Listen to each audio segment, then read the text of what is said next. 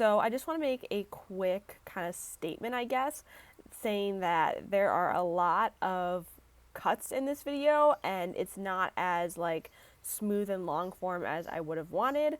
There's a couple reasons for that. One, I was having an insane like allergy attack while I was filming this video. I don't know why. It was just one of those days. So I kept having to sneeze and like blow my nose and itch my nose, and it was just not fun. And also I had all of this video written out in notes, so I had to keep looking down to make sure that I was saying everything that I wanted to say because I planned it out very specifically in a certain way. And also, I'm talking about things that are very personal. And when you talk about personal things, sometimes you feel as though you are rambling on and that people don't really want to listen to you and they don't really care about what you're saying and you're just kind of being egotistical in a way. I don't know if that's a thing with me or if other people feel this way. So I kept trying to cut out different things that I thought I was just rambling on about and that weren't relevant. So I apologize if this seems like it's very edited. It's not meant to be. It's just me trying to make this video as smooth and as clean and as nice as possible while still getting my points across. Hey, what's up everybody? It's Amaya. So today's video is going to be another kind of chatty style video. I kind of liked doing my last chatty style video in this area, which is right by my bed. Thought it felt more like casual and just chill. So that's what we're going to be doing today.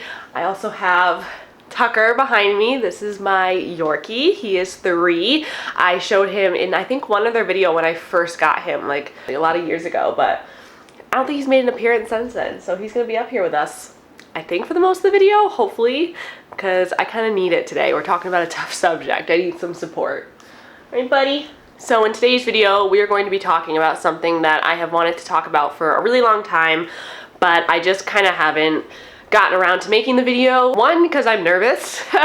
I'm nervous about making this video. And 2, because when I did it, I wanted to make sure that I did it right, and I said everything that I wanted to say, and I talked about everything that I think needed to be discussed, and I just felt like I was at a comfortable place to talk about what I'm going to be talking about today. If you read the title of the video, then you know that we are going to be talking about social media, and I'm going to be talking about basically how deleting my social media literally saved my life, and how I don't know where I would be right now had I not taken that step and deleted all my social media, which is a really big thing to do these days because social media is extremely prevalent in almost everybody's lives. I'm just going to be sharing my insight and kind of my experience and my journey and my story. So the main premise of this video is going to be talking about my personal experience and my personal story, and kind of delving into some of the dangers of social media, and especially dangers when it comes to mental health, and also kind of how social media addiction can happen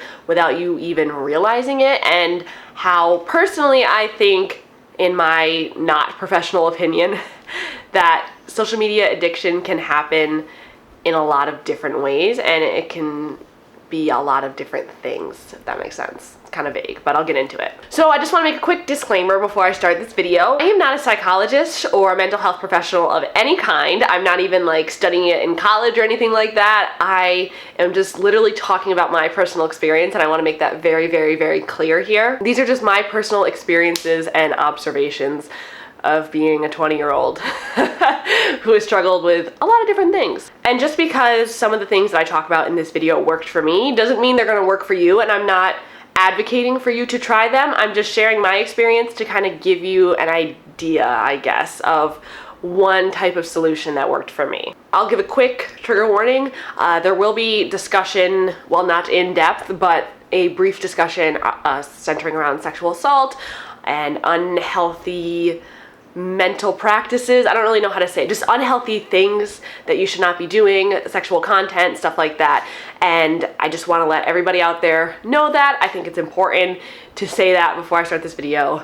Whew, that was a long-winded intro. But anyways, I kind of have this video separated into like 3 different sections. So let's just start with section 1. So the beginning section of this is kind of talking about social media and the age of which you get on social media. So I joined social media when I was 14 years old, and the reason why this was significant is because it was right after my first experience with sexual assault slash a sexually abusive relationship.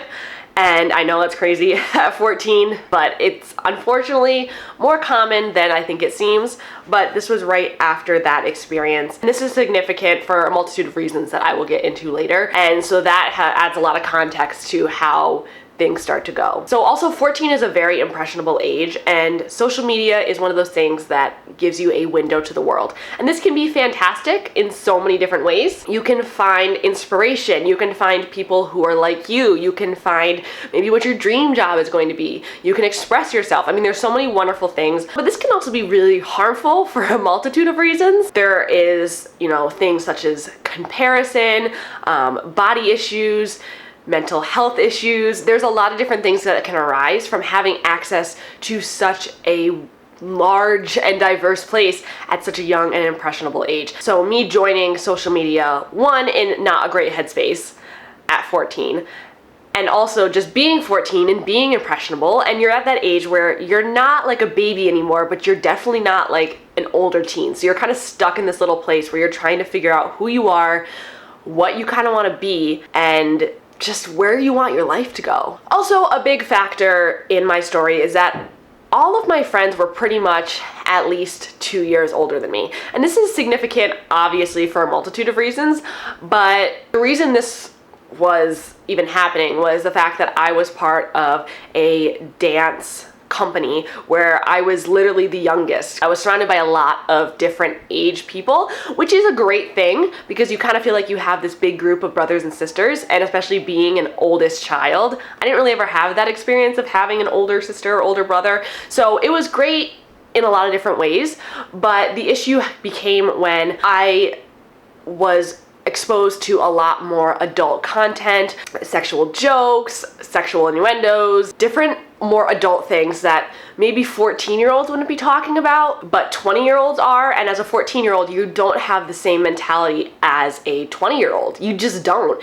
And even if you can understand what someone is saying to you, you might not be able to fully process it or understand it in the correct way. Do you get what I'm saying? Hopefully this is making sense. Going into my teen years and starting on social media after all of these things were kind of going on around me really just gave me the opportunity, if you will, to go down not such a great path with who I was as a person and my relationship with social media especially. So now we're gonna get into the second part, which is like the middle section, and this is teen years and how specific social medias were extremely detrimental to me. And I'm going to be talking about the three main ones. I'm going to be talking about Snapchat, Instagram, and Twitter, because those were really the three main social medias that I used. And they definitely had a profound effect on my life. So these three social medias really fed into my unhealthy relationship with sex, with beauty, with public image, and with ego in a weird way. Snapchat, obviously, so many issues with Snapchat. While it is so much fun if you're using it the right way, it is so, oh my God, there's so many things that can go wrong with Snapchat. Let's just be honest here. The most obvious is it is really easy to send sexual images or just sexy photos and not really consider it or think about the consequences. Because you take a picture, you send it to someone, and it's gone. Gone. You don't have it. It's not something that you have to look at over and over and over, like if it was in a text message or some sort of other messaging system. You don't have to see it and read it and look over it and remember it. I mean, you can send it and then not even really remember what you sent the next day. And for someone who already had a very unhealthy relationship with sex, and someone who thought that the only way to conquer and take back my sexuality, I guess, was to be very outwardly sexual and to be very, I don't really know how to talk about this.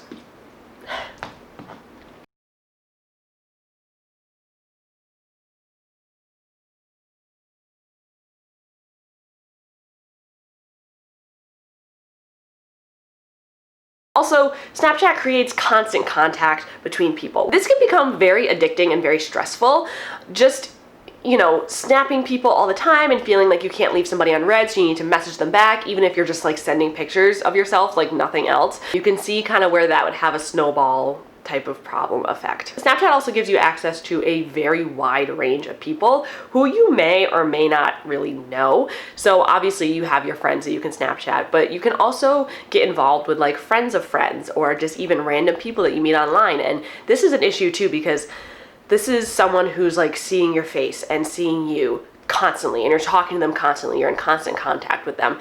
And these are people that you might not necessarily have given your number to, but you feel safe giving your Snapchat to.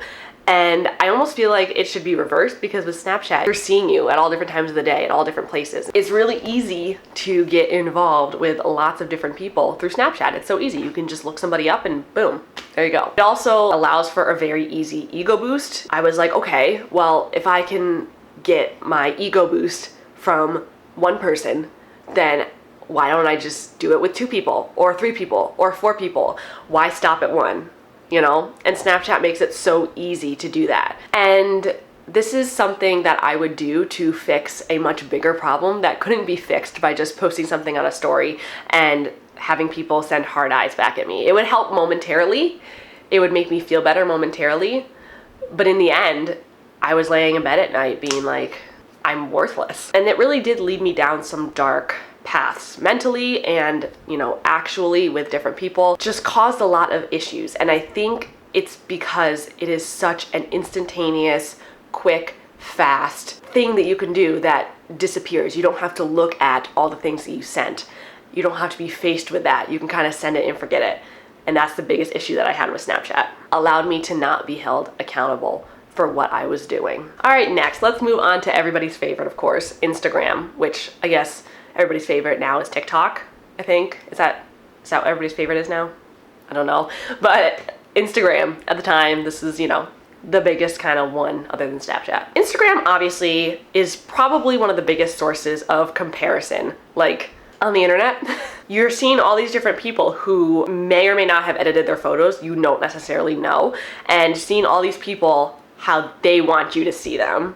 And this can lead to a lot of unhealthy practices when it comes to beauty and aesthetic changes. You know, you're seeing these people who look a very certain way, and you want to also look that certain way. And you can also present yourself in a very certain way, only the way that you want people to see you. Taking one photo in a momentary minute where you feel confident enough to post that photo, and you can look happy, you can look sad, you can look like you're on top of the world. Doesn't matter what's going on in your actual life. Unless people are actually in your, you know, life and you talk to them about the things that are going on in your life, nobody knows. And that's the big thing with Instagram, is that it allows you to put up this like facade of my life is perfect, or my life is fill in the blank. Whatever you want your life to be, you can create that facade so easily on Instagram. It's not real. It's an entirely different world. And Instagram obviously is another way to get a nice ego boost for someone who's struggling with issues and self-confidence. Post a picture on your account, post a picture on your story.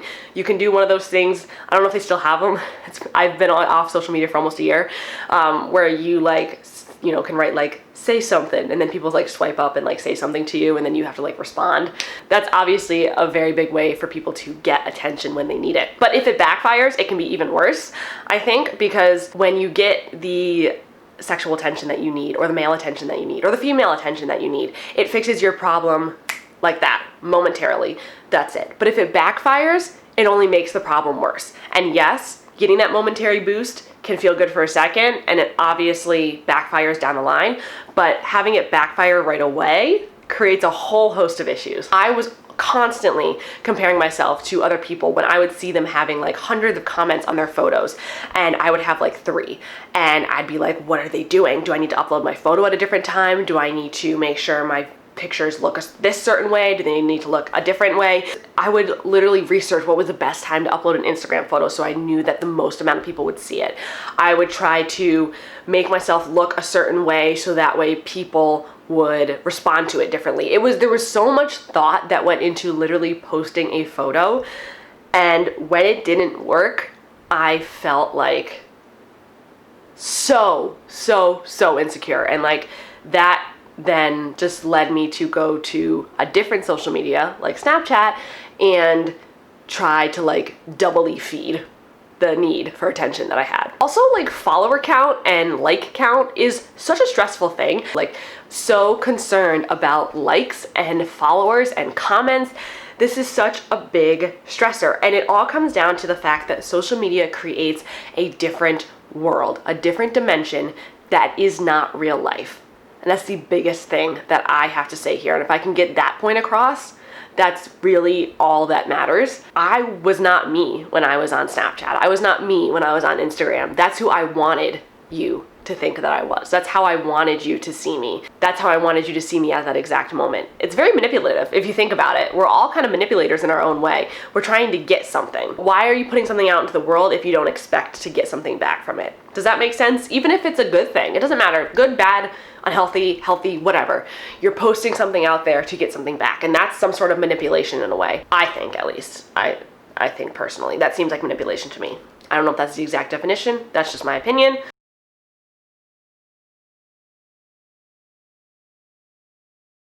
And then lastly, we have Twitter, which I guess is more harmful in a very different way than Instagram and Snapchat was. Twitter is just such a big source of drama and tea. And even if you're not involved in it, being surrounded by that constantly is so detrimental to your mental health. It makes it seem like everything around you is just crashing down sometimes when you see all these people fighting or all these people mad at each other or all this drama going on.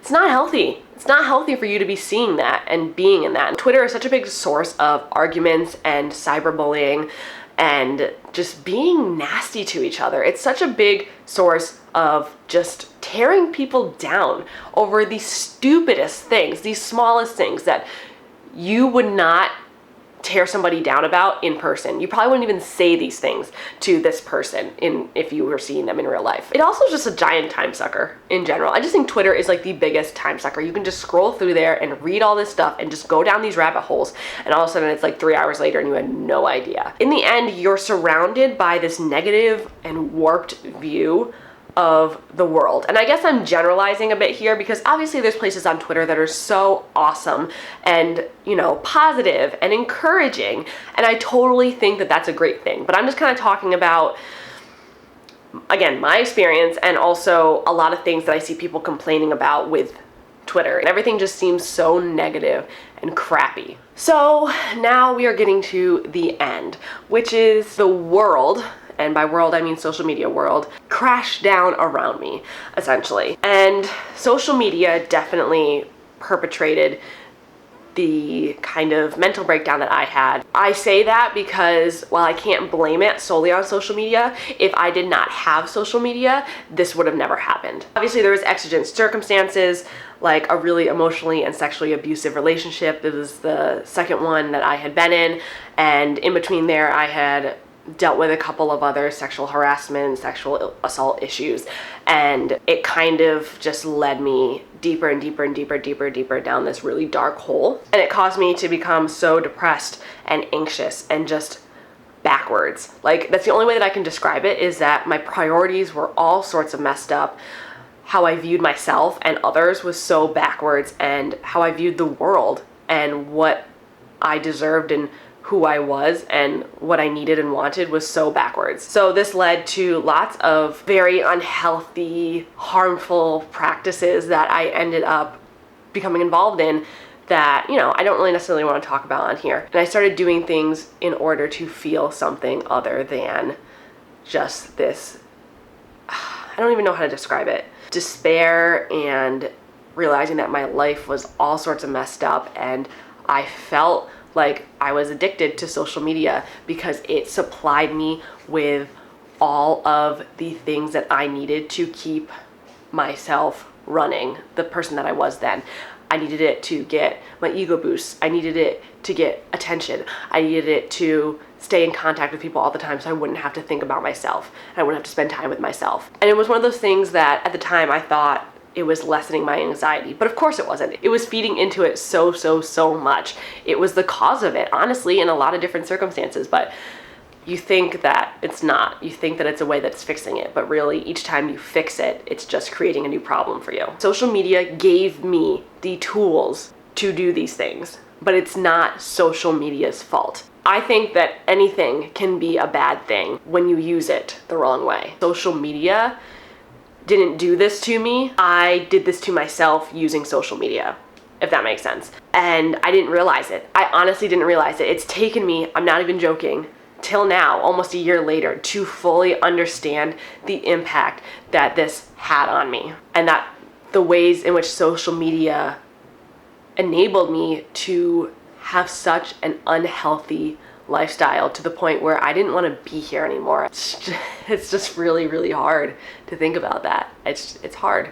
And I know that I'm like smiling and laughing, but I don't think it's funny, and I don't think it's, you know, a joke. I just want to make that clear. I don't want anyone to think that I'm like joking about this stuff. I'm not. I'm almost like surprised and bewildered at like, wow, that was me. That was my life. Like shocked in a way. So where are we now? We are over 9 months and still going strong. I deleted my social media at the beginning of November, and I have not had any of it since. I kind of eased into it in a way of deleting all of my social media apps off my phone, but my accounts were still on and active. I just didn't use them. And then as of 2 months ago, I officially deleted all of my accounts for good. So my accounts aren't even on there. And I think that's probably the best thing that I can do, because I can't go back to that life because they're gone. Those accounts are gone. In a way, when you think about addiction, and I don't think that I necessarily had a social media addiction, but I do think that I had an addiction to what social media provided me. And with like any addiction, you can't just really go cold turkey, and it kind of takes you a long time to really be able to look back and see how detrimental that was and how much better you are without it. So let's talk about some of the benefits of not having social media. And because this has been a super serious video, let's just talk about the obvious thing. Your phone battery lasts so much longer, especially without Snapchat. Oh my God, Snapchat drained my battery so freaking much.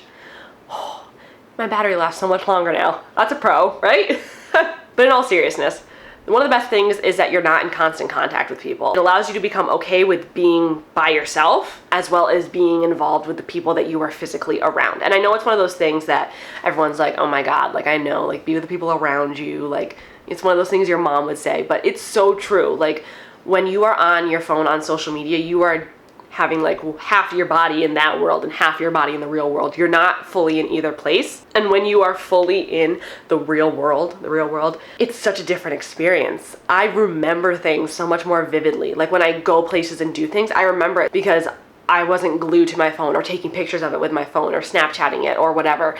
I'm involved in real life and I'm not in constant contact with people. Also, any unhealthy ego boosts are near impossible. It really forces you to figure out what's going on with yourself and begin to heal any problems that you have. You can't just fix it with a quick little band-aid. You can't fix it with a little ego boost or an attention boost. You don't have any way to do that. I mean, I guess you could do it in person, but it's a hell of a lot harder to do it in person than it is to just snap a picture to somebody, you know?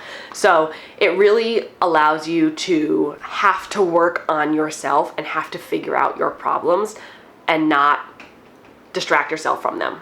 And also, you get to remain anonymous. This is something that I always thought was terrifying. It's just so much better to be anonymous and just known by the people who you want to know about you, and just seen by the people who you want to see, and not everyone else. I have never felt so confident being seen by so little people. If any of the things that I said sound like something that you might be struggling with or that you have struggled with, please, please, please just consider getting help and figuring it out. Because while it might seem like you're balancing right now and you're kind of, you know, you're wobbling, but you're still standing, it takes so little to just knock you down. And once you get knocked down, it is sometimes very, very hard to get back up again. I think that's everything I have to say. Whew. I feel like this was a very long video, and it probably will be long, and honestly, I'm not apologizing for it being long because I want to be able to say everything that I need to say and that I feel like is important to say. I'm going to put a bunch of links to all sorts of different hotlines and websites and resources in the description box of this video, so please go check them out. Even if you don't need them for yourself, just check them out so you have them for a friend or family member or anybody, so you have them on hand. And yeah, that's it for this video, guys. I hope you guys like it. Please give it a big thumbs up and subscribe if you haven't already. Let me know what you thought in the comments below. And yeah, I will see you in my next video, my friends. Mwah. Bye. You want to say hello, buddy? Oh, he was sleeping. You're a sleepy Tucker bear. Thank you for being here to give Mama support. I appreciate it. All right, guys. Have a good rest of your day. Bye.